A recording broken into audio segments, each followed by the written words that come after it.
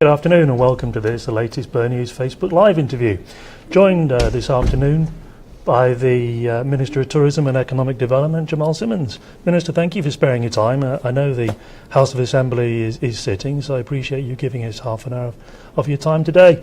There's only one issue really to talk about at the moment. That's the Casino Gaming Act and the amendments that you tabled, I believe last week or the week before. Time seems to fly. Now, why change that legislation? Why did you want to do that? What prompted it? Well, I think that when we look at the circumstances of the past couple of weeks, that we looked at the legislation, the governing legislation of casinos in Bermuda is based on the Singapore model. And we know that the Singapore model has a reputation for being very firm on corruption and very firm on those aspects. And this was one aspect of the bill that was not included. So we have added simply a part that's mirrored in the Singapore bill. It is Clause 11, Section Schedule 1, which deal with the ability to give direction to the board and to appoint and, as they say, disappoint as time goes on. But I think that when we look at this, I think it's very clear and important to make this point. This would not affect the day-to-day operations of the Gaming Commission, not at all. And I have no interest in that. As a matter of fact, once I think we have our new person in place, I would like to be able to step back and allow them to do their work and get on with the business of getting the regulations finalized and getting the licenses. I think the Hamilton Princess already has a provisional license, getting those things through the chamber. But what prompted it? Well, I think that, we look at the circumstances over the past couple of weeks, and I think that when you have a situation where there's clearly been a breakdown and there needs to be an adjustment and to move forward, adjustment had to be made. You're clearly referring to Alan Dunch, the current chairman, up until December the 6th, because he's issued his resignation letter to you. Yes. And I want to thank him for his service. I want to thank him for his time. I think, but when you have a change, particularly a monumental change as we had on July 18th, it is normal and standard and proper that people either submit the resignation or at least work with the government to transition and make change. But you asked him to resign 3 times, so Yes. it's not normal for him to submit his resignation, is it, if you asked him 3 times? There are others I asked who did it the first time. Who? There are others I asked who On did the it the Gaming first time. Commission or just No, general gaming, just other in boards? general, just in general. But I think that what you like to do is to give people the opportunity to do what normally in political terms would be the proper thing, offer your resignation to the incoming minister. And I hope that, whoever my successor is, that the people I appoint will give them that courtesy as well. So the only reason it was prompted, the legislation was prompted, was because you wanted the commission chairman to resign. Well, I think also the ability to direct the commission. And when we look at the situation that arose with the NAMLAC committee, where we're dealing with the anti-money laundering, anti-terrorist financing issue, when you have a body of that magnitude that needs to be able to get responsiveness from parts of government, and they were not getting that level of responsiveness, I was not empowered to say, could you please provide this information? And so that flagged something that could be a problem down the road and would need to be addressed. As I mentioned, Mr. Dunch, the current chairman of the Game Commission, has issued his resignation letter, and I quote part of it. He said, "I've done this in the hope that I will have removed the impetus for the proposed amendments to the Act, and that as a result, the government will take the opportunity to reflect upon the wisdom of following through with them." Will you do that? Will you look at the impetus? Well, I can tell you that the bill will stay on the order paper until December 8th, and we will consult as a cabinet, and we will discuss it, and we will decide. Until December the 8th. Why that time? It'll be on the paper till December the 8th, which is the last day that Parliament sits for this session. And when you say discuss it, will you discuss the possibility of withdrawing it? We will discuss it. But will you discuss the possibility of It'll withdrawing be a wide-ranging discussion on many aspects. Well, you're not ruling that out. And we will discuss it. I think when you have a system of collective responsibility, it would be improper for me to prejudge where the discussion goes and what the nature of that discussion will be. It's interesting timing, though, of course, isn't it? There are many interesting things going on now. So you're not ruling out dropping the legislation is the bottom line. It's part of a major discussion on many aspects of it. Why did you ask Mr. Dunch to resign 3 times? I think what were the specific reasons? Was there anything? When you have a mandate for change and a mandate to affect change, which is what I told him and the board in our first meeting, changes should be made. And I think that it would be proper that political appointees should reflect the fact that there's been a change and provide the opportunity for a new government to have the opportunity to put people in place. Do you believe that a gaming commission should be independent? I believe that they should be independent in terms of government not being able to interfere with the day-to-day operations, not being able to interfere with the awarding of casino licenses, and most importantly, not being an ability to interfere with corruption investigations and criminal investigations, which is what our act does, where we would not be able to be involved with the day-to-day operation. It allows legal, political direction in terms of policy. So, for example, if the NAMLAC committee requires information, I can ask them to provide the information, and they would be required to do so. If there was a situation in terms of reforming regulations, let's say, for example, I need you to go back and rewrite these legislations, I would have the power to direct them, and not the power to say, could you please, maybe, and they might, maybe do it. You say you don't get. You're saying you don't get into the nitty-gritty detail, but reading the Section 8 of the amendment, Paragraph 3, Paragraph 3, the Commission shall give effect to any general directions given by the Minister. Now, that's pretty wide-ranging. It's general direction and policy, but also it ties in line with the Singapore legislation, which is, again, it's about mainly to being able to direct in a manner in terms of policy. Not in terms of day-to-day, not in terms of don't investigate this person. The day-to-day is going to be affected by policy. Exactly. The CEO sets the policy, the day-to-day running fits in with that policy. Yes. So by doing that, you are de facto in control. Yes, but at the end of the day, their job is to execute the policy. I'm not there to micromanage them. And I think the most important aspect of the independence is to prevent corruption. And I think that is the most important aspect than anything else. So when it comes to things like corruption investigations, when it comes to things of that magnitude, this does not interfere with that. Does there's a perception that, of course, and I say this very, very carefully, there's a perception that by having political interference, there may be more opportunity for corruption. I will say this. The current Gaming Commission Board are political appointees. They were not appointed by the governor. They were not appointed by God. They were political appointees. So why are political appointees for one party objective and independent, but yet political appointees for another party are somehow not? No, fair enough. There's a perception out there, and I wanted you to address it, which you have done, which is good. Well, I mean, that is a simple reality. When their terms end as chairman under the current legislation or members of the board, I can still appoint people. But I want to paint a scenario for this.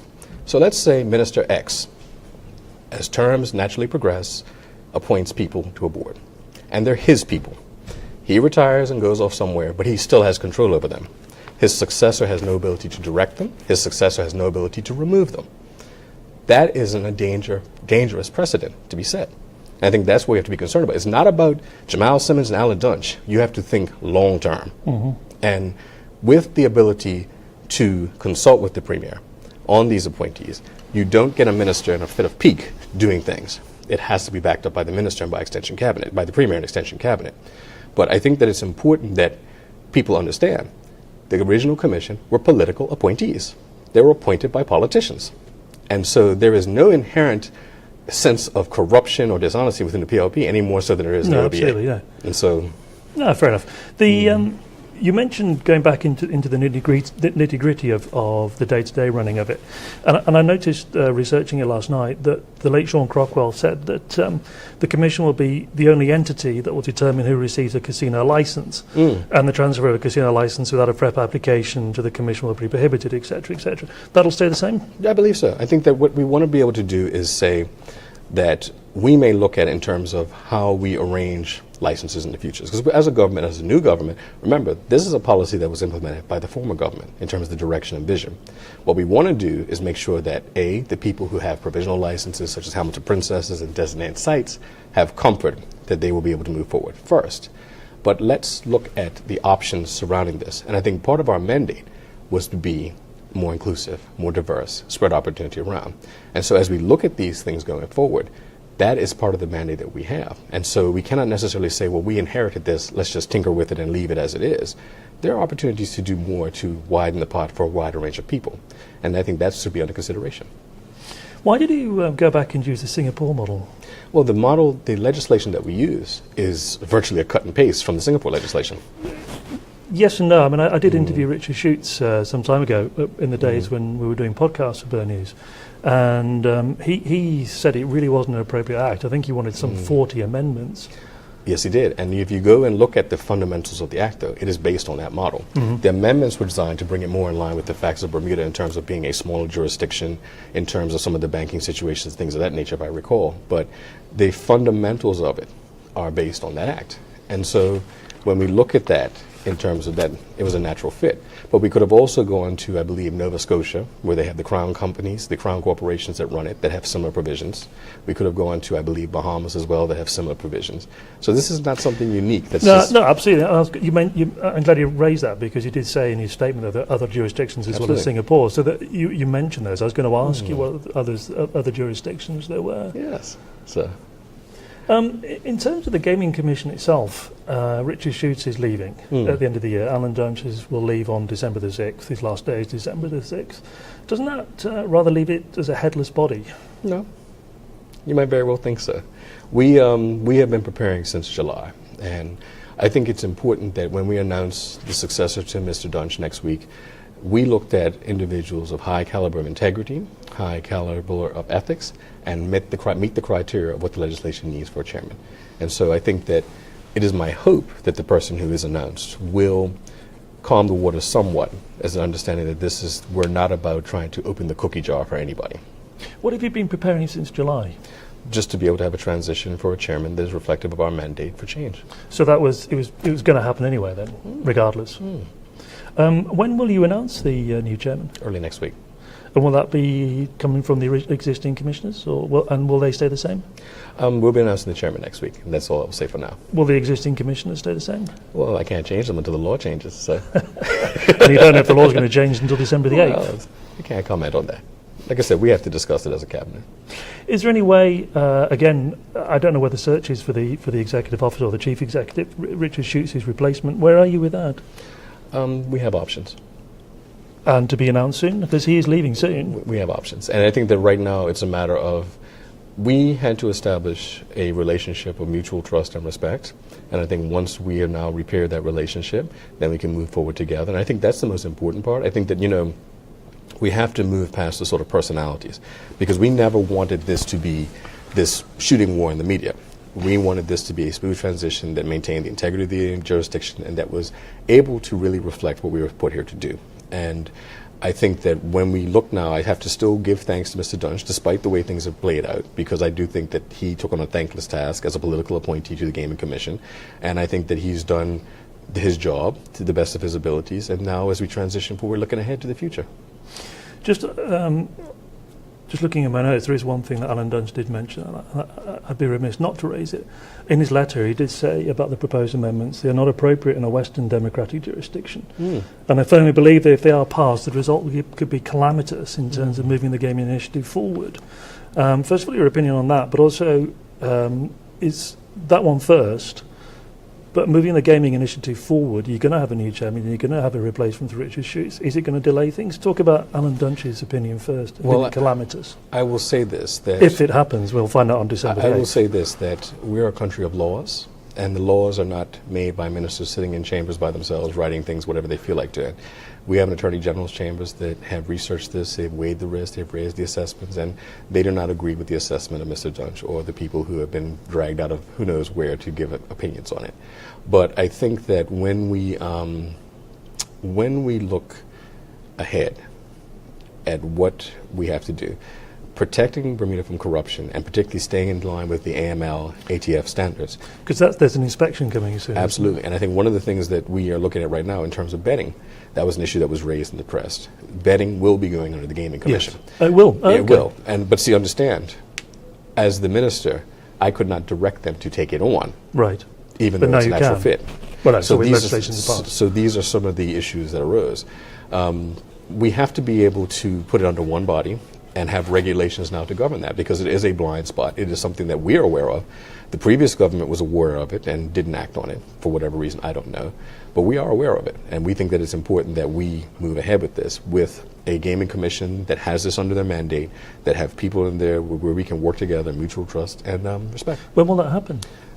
Pretty quickly, I think. Really? I mean, I can't give a specific date because the legislative process is still the legislative process, but we understand the timelines in terms of our assessment next year. So we know that we have to have our stuff in order. So how will that work then? So if you open a betting shop, you're going to have to go to the Gaming Commission to get a license? The Gaming Commission will be the ones in charge of that. I think that what we want to do... Roughly speaking, you have an idea of it'll how be it's gonna transferred work. from the Ministry of Finance to the Gaming Commission. So all the licensing and regulation would come through there. The way the relationship would work, working with the Gaming Commission, they would develop the governing regulations. The Attorney General's chambers would then work on the actual legal aspects of it, and I would bring the bill to Parliament if I'm the minister. Okay, and you think that will satisfy the regulatory inspections next year? We are working assiduously to satisfy all aspects of this because this is a critical part of our economy. Because as I understand, you can pass with flying colours on everything, but if you fail on one, you get an overall fail. Exactly, and I think it's important to mention as well, one of the arguments that the Gaming Commission gave for not, I wouldn't say not cooperating, but not moving ahead with assisting the NAMLAC committee, was they did not believe there would be any casinos in place next year. That was said in writing by the Chief Executive, Mr. Schutz. So we know that we have to get the regulatory package in place. We have to do that. We do not anticipate, based on what we've been told, that anything will delay any casinos moving forward. So you're confident that the change at the head of the Gaming Commission will not affect the progress of any casinos opening? We will not. Because it's taking a long time, isn't it? Or it seems, to the layman, it seems to be taking a long time. Well, understand, we still have to get the gaming regulations straight, and that's an issue there. There was some controversy raised about that previously as well. The Gaming Commission is unique in that you had individuals who could draft legislation, but again, it still has to go to the Attorney General's chambers. They're not like the BMA that have the ability to sort of, go off and do your own thing and give it to us unless it's a fait accompli. And so when you have these two bodies working like that, the Attorney General had concerns about the regulations that came over, and they were not an easy fix. And so, I'm not a legal mind who could go into the details of it, but there's a lot of work that needs to be done to bring it in line with Bermuda's laws and make sure that it passed the smell test all the way around. So they are working on that as part of their overall major work that they're doing. Remember, we've got goodness knows how many cases of people suing us and we're suing them. So the Attorney General's chambers is flat out. But that is one of the priorities on the list in terms of getting the regulations right, getting them to Parliament and getting them through. And that really closes the circle for the people who have the provisional licenses like the Hamilton Princess. The last step is for them to line up with the regulations. Put you on the spot. Any idea when you think we'll get a casino open for people to walk into? Well, I'll tell you, one of the things I've learned, and even when I've had discussions with developers, the biggest mistake a politician can make in this seat is to start predicting dates. Because 6 months from now, you say, Jamahl, you said this date and it didn't happen. I like to predict dates I can control. And I think that one of the main aspects of this job, I believe in, for me, from an economic development standpoint, is to remove the blockages and get things moving speedily. And so my goal is that if it does not come online, in terms of predicted in the letter we received from Mr. Schutz, it will not be because we were the impediment. We're trying to move things along and make things happen at every aspect of our economic development stage. Okay, well, I think you stated your case quite clearly on where we are with the gaming situation. It's very interesting to hear that. I'll stay tuned on December the 8th to see whether legislation goes or not. The other big talking point, of course, has been the America's Cup and the PwC report. First of all, there's been a lot of chatter, I've seen a lot of chatter certainly, about an apparent comment relating to Walt Disney that you were alleged to have made about the America's Cup. Now, did you call it a Mickey Mouse No, I event? did not. No, I did not. What did you say? Can we clarify this? Because there's so many rumours going out there about this. It's funny, actually. So this was a comment made on a radio show, and it was not directed at America's Cup. I was speaking in terms of the event authority is not being interested in doing Mickey Mouse events. And I went on to talk about these are events I want people to start wrapping their head around, thinking bigger. Okay. It is not going to be an entity designed to... This is the event authority you're talking about. Right. And let me give you a little bit of the background of this. The event authority was a concept that came to us in opposition when you looked at the America's Cup. And this is an event of the scale Bermuda has never seen before. And I think that, the organizers, everyone involved, it deserves praise because we got an event off. The problems, major or minor, were kept off the big screen. And so we had this beautiful showcase for Bermuda. But there were aspects of it that fell through the cracks because it wasn't the ACBDA's responsibility, it wasn't the BTA's responsibility, it wasn't the ACEA's responsibility. So there is clearly a need to fill those gaps so that the entities that bring events, so if you have, for example, the International Triathlon, things like that, they can focus on what they do best and other people can worry about making sure that we've got the streets marked off and all these other things. But more particularly, when we either create or attract events to Bermuda, there is an aspect that I think we haven't focused on. Now, if you look at the America's Cup report, I believe they said only 29% of the ticket buyers were tourists. One of the challenges we faced over the years is the over-reliance on Bermudian support of tourism events. So the ideal scenario, because you know, if any event that is held in jurisdiction, there's going to be a significant number of locals who participate, whether it's Chicago, New York, or Bermuda. But if it's a tourism event, there is something clearly wrong if we are not going to break even if Bermuda doesn't support this. We have to move the dial in terms of getting people here. But not just getting people here, but also we have to talk about how, when we draw people here, what are we doing to ensure that they come back? What are we doing to plant the seeds? They build a relationship with Bermuda that's not based on, I'm here for this event, I had a great time, and this event moves, I follow the event. It's more about pulling the whole picture together. So it's about looking at our shoulder season and saying, what are the events that we can use to draw people in a February and March? Which is very much what the BTA is doing. Exactly. But I think that we also want to expand wider, because as we're going to a younger market, right, if you look at the studies around golf and sailing, the followers of it are aging out. So when I say there's more than golf, sailing, and rugby, it's not to denigrate those, because they have their place. They have a historical place, a cultural place, a legacy place. And to throw it aside would be foolish. It would just be as foolish as allowing tourism to die off as international business boomed. You keep these things because they're a part of our character. But you start looking at things like the Bermuda Film Festival. You start looking at things like, how can we grow these events so that now they're impactful, they're relevant, they are drawing the attention that we need. So I often get people. So this is going to be the Events Authority. That will be their remit. Oh, absolutely, absolutely. And again, this is, what I don't want is a situation we've had for the past donkey's years. Somebody has an idea for an event, they come to the minister says, oh, okay, that sounds good, and they give it to tourism or they give it to whoever, and they just go execute it. And you may have a nice event, and you may have a successful event, but is it impactful? Is it getting the bump that it should get? Absolutely. And the legacy. And the legacy. And I think that's important. And I'm not a fan of this AEV assessment. I think it's the advertising equivalency value thing. I'm not a fan of it, because it's a metric. It's a metric. But I think that my background is primarily political marketing. When you do political marketing, you have specific results. It doesn't matter 2 million voters saw you if you didn't get 2 million votes. And so when we start looking at how we measure these things, we have to measure beyond how many people saw it to how many people we are putting in beds and how many people we're putting in planes. That, I think, is the step we need to make. And how much dollars are being spent on island as well. Absolutely, yeah. I just want to go back to the America's Cup. I mean, the Mickey Mouse thing, obviously, I wanted to put that to bed. But how would you describe the America's Cup now it's over? How would you describe it? I would think that it was a world-class event that was well put on. But I think that the biggest challenge was twofold. One, it became overly politicized at the start. Remember, it was launched. You were part of that. Well, it was launched in the middle of a by-election that I happened to be running in. And it carried on after that. But what I mean by this is that, again... I mean, you were accused of that, not you personally, but the PLP was accused of that many times by Grant Gibbons, who was effectively America's Cup minister. Absolutely. But when you launch an event like this, in the middle of a by-election campaign, one that was pretty nasty and a safe seat, be as it may, you automatically turned off a significant group of the population, automatically. Automatically we're turned off because this is a political scam. I don't see myself in it. When you have an event that, and I hate to pick on the guy because it's not his fault, the cup brought off and is met by a Scottish piper, there were certain messages that were sent early to a significant part of the community. This is not about you.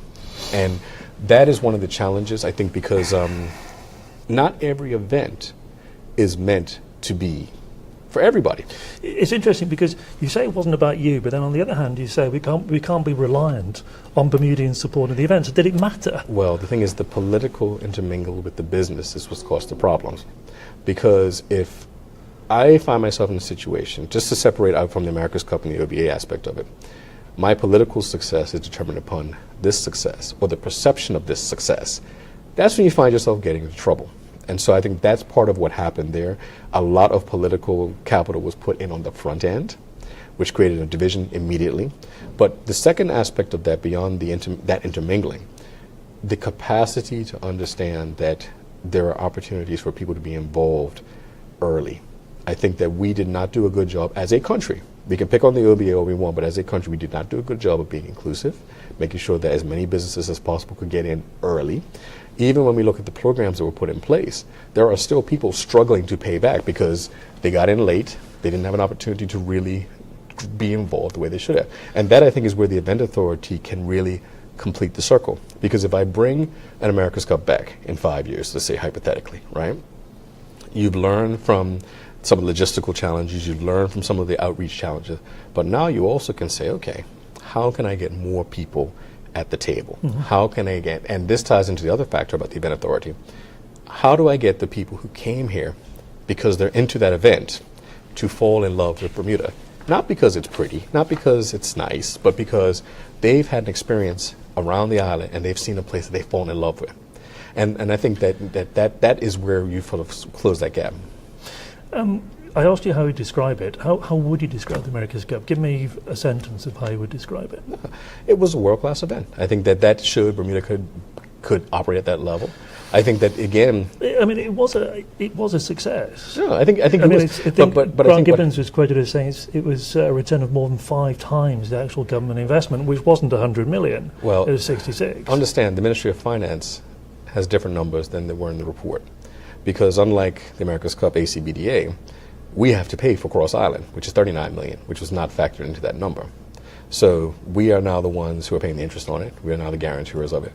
That is money that's out there. But let's go back. When you look at the numbers in terms of impact, again, 29% of the people who attended were tourists.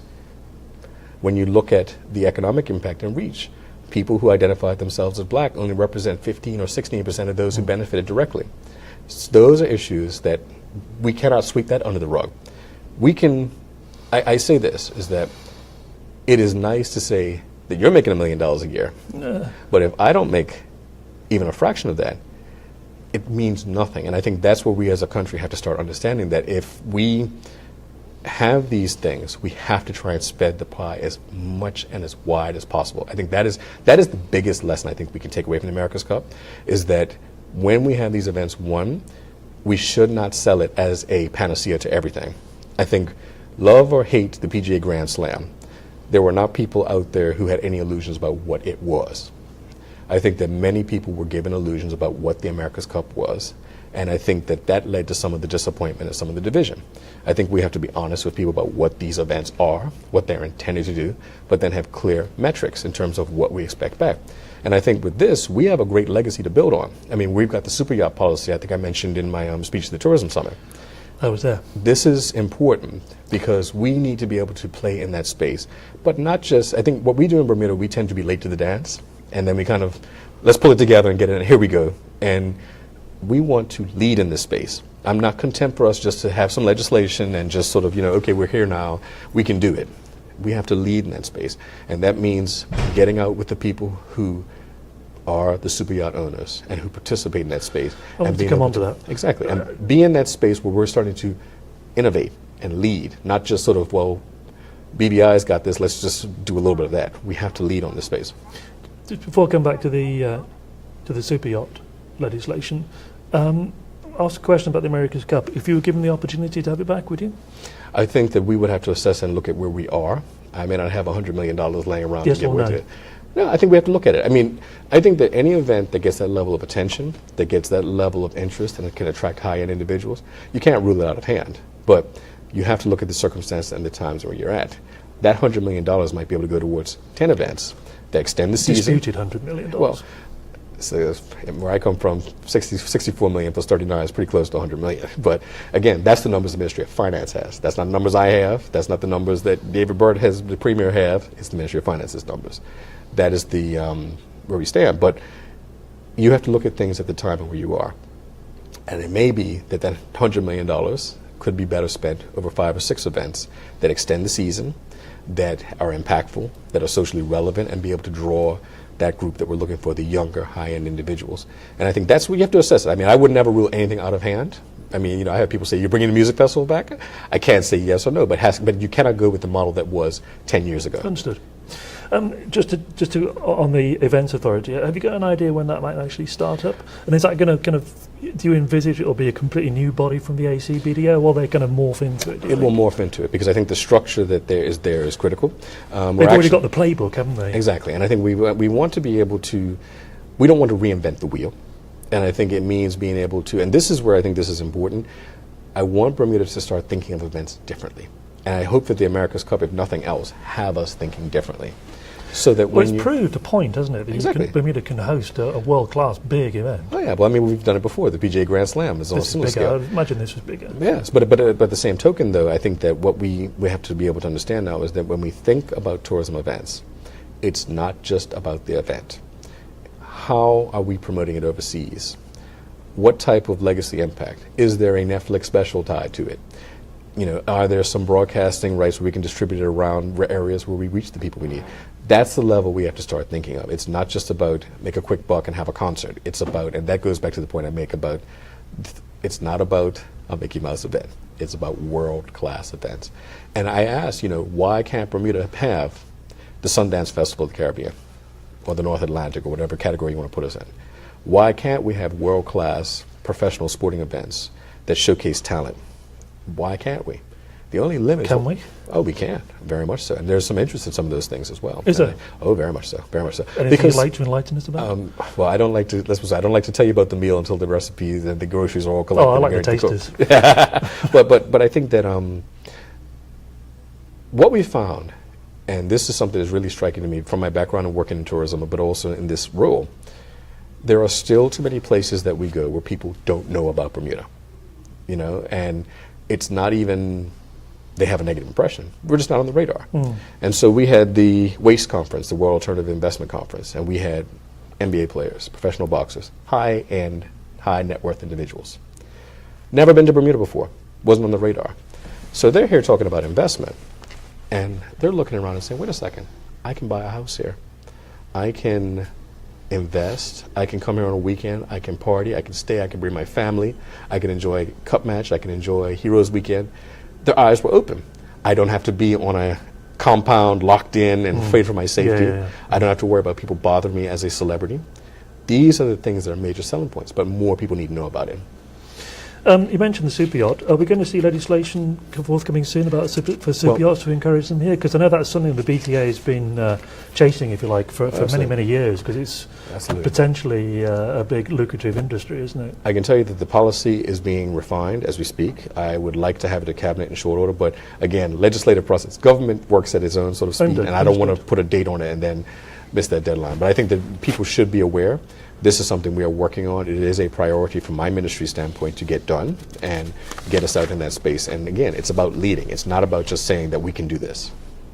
I know we're running a little bit short of time. You have to go back to the House of Assembly, I understand. There's a few little questions I want to ask. The Economic Diversification Unit, that was your ministry got a big mention in the throne speech. I think it seems reading it about half of it at some stage. So this is one of the, you were a busy man. This is one of the areas. Any update on how that's going? Because this is the holy grail for Bermuda, isn't it? Everybody's been talking about the so-called third pillar, and this is a mechanism to introduce that. How's it going? Absolutely. Well, I think you're seeing bits of it in terms of the tech hub, because that will eventually fall into that. But what we envision, supplementing what we already have at the Bermuda Development Agency, is the capacity to create and attract new industries. And I think that the Premier in particular is very keen with his tech background to take advantage of all of the new and innovative things that are coming down the line. So we're looking at different structures, looking at the best model, but that is something that is a priority.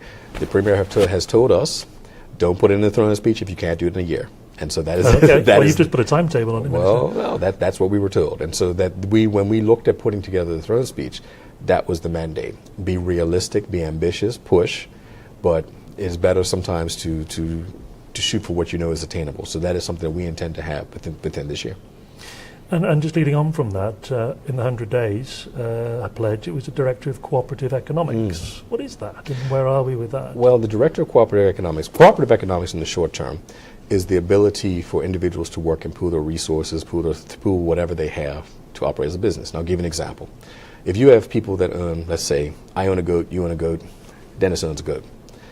I may produce enough milk for my family, but the three of us produce enough to sell.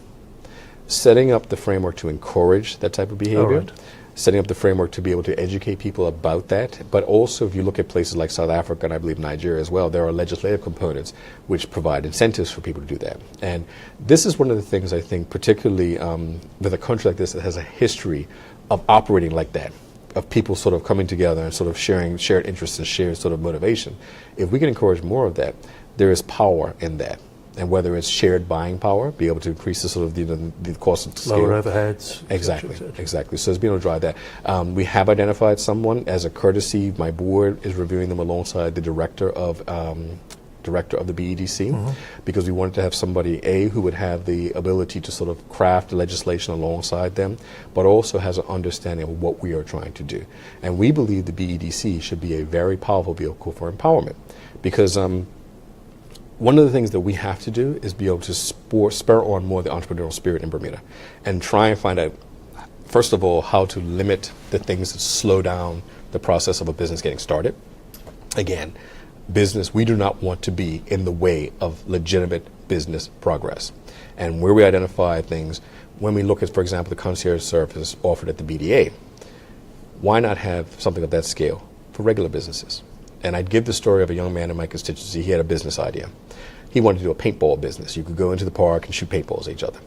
He spent 6 months bouncing around government, different agencies, before somebody told him, you can't do this because what you use would be technically a firearm. It's illegal. Oh, right, okay. So those are the things. 6 months, he could have 6 moved months. on, or he could have Yeah. found another model, but 6 months was spent. And that's something that we want to try and end. Remove a bit of red tape. Exactly, exactly. Okay, Minister, on that note, thank you very much for sparing your time. It was enjoyable. Thank you very much.